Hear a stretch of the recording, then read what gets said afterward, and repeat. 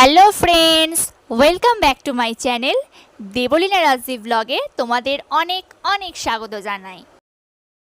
আজকে আমি তোমাদের সাথে যে রেসিপিটা শেয়ার করতে চলেছি তার নাম হলো বেগুনের ঝাল। বন্ধুরা, তোমাদের বাড়িতে যদি কোনো সবজি না থাকে, শুধু একটা বেগুন থাকে, তাহলে অনায়াসে তোমরা এই বেগুনের ঝালটা বাড়িতে বানিয়ে নিতে পারবে। তাহলে চলো বন্ধুরা, চটপট করে আজকের বেগুনের ঝালের রেসিপিটা তোমাদেরকে চলো দেখিয়ে দিই। এই রেসিপিটা করার জন্য আমি বাজার থেকে লম্বা লম্বা সরু সরু যে বেগুনগুলো পাওয়া যায় সেইগুলো নিয়ে নিয়েছি। সেইগুলোকে লম্বা লম্বা করে কেটে নিয়েছি। পরে আমি এখানে মাঝারি সাইজের একটা পেঁয়াজ কুচি কুচি করে কেটে নিয়েছি, আর একটা গোটা টমেটো মাঝখান দিয়ে ফালি করে নিয়েছি। আজকের এই রান্নাটা হবে পুরোপুরি ইন্ডাকশান ওভেনে, কারণ আমাদের গ্যাস শেষ হয়ে গেছে, সেই জন্য নিরুপায় হয়ে ইন্ডাকশানে রান্নাটা করতে হচ্ছে।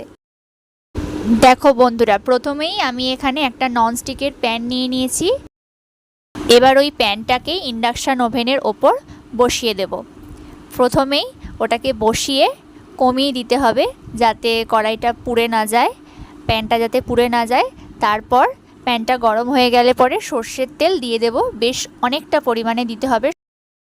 এবার তেলটা গরম হয়ে গেলে পরে কেটে রাখা বেগুনগুলোকে প্যানের মধ্যে ছেড়ে দিতে হবে।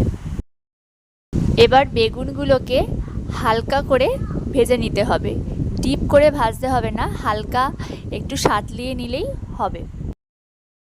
এবারে দেখো বেগুনটা কি সুন্দর সাঁতলানো হয়ে গেছে।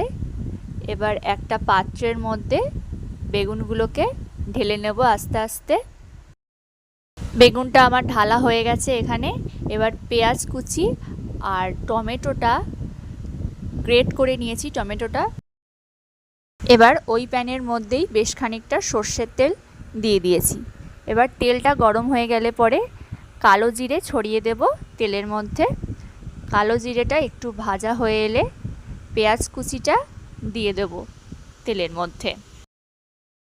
এবারে পেঁয়াজের ওপরে হালকা করে সামান্য পরিমাণে নুন ছড়িয়ে দেব, আর পেঁয়াজটাকে হালকা হাতে ভেজে নিতে হবে।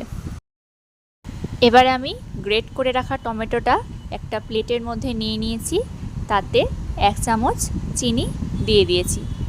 তার ওপরে হলুদ গুঁড়ো, জিরে গুঁড়ো আর ধনে গুঁড়ো দিয়ে দিলাম।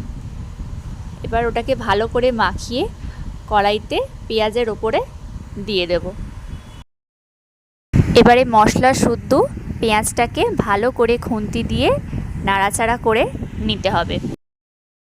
দেখো বন্ধুরা, মশলাটা আমার এখানে ভালো করে কষানো হয়ে গেছে। এবারে দেখো কি সুন্দর মশলাটার একটা কালার এসে গেছে। এবার ওর মধ্যে সেই ভেজে রাখা বেগুনগুলোকে মশলার ওপরে দিয়ে দেব। মশলাটা কষানোর সময় আমি 1 কাপের মতো জল দিয়েছি, যাতে মশলার গন্ধটা চলে যায়, মশলার যে কাঁচা গন্ধটা সেটা চলে যাওয়ার জন্য 1 কাপ জল ব্যবহার করেছি।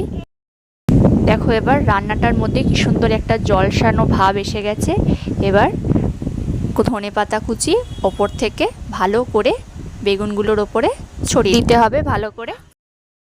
তাহলেই বন্ধুরা আজকের আমাদের রেসিপি ঝাল ঝাল বেগুনের চচ্চড়ি একেবারে রেডি হয়ে গেছে। যারা বেগুন খেতে একেবারেই পছন্দ করো না, তারা বাড়িতে এই ঝাল ঝাল বেগুনের চচ্চড়িটা একবার অবশ্যই ট্রাই করে দেখো, আশা করি তোমাদের ভালো লাগবে। এটা তোমরা বন্ধুরা বাড়িতে লুচি বলো, রুটি বলো বা পরোটাই বলো, তিনটের সাথেই ট্রাই করে দেখো, বেশ ভালো লাগবে খেতে। আর আজকের ভিডিওটা যদি তোমাদের ভালো লাগে তাহলে অবশ্যই লাইক করো, কমেন্ট করো আর অনেক অনেক শেয়ার করো। আর চ্যানেলটাকে সাবস্ক্রাইব করতে কিন্তু একদম ভুলো না। তাহলে বন্ধুরা আজকের ভিডিওটা এখানেই শেষ করছি। দেখা হচ্ছে পরের দিন অন্য কোনো নতুন রেসিপি নিয়ে। ততক্ষণ পর্যন্ত সবাই ভালো থেকো, সুস্থ থেকো। দেখা হচ্ছে পরের দিন অন্য কোনো নতুন কোনো রেসিপি নিয়ে। Tata, by.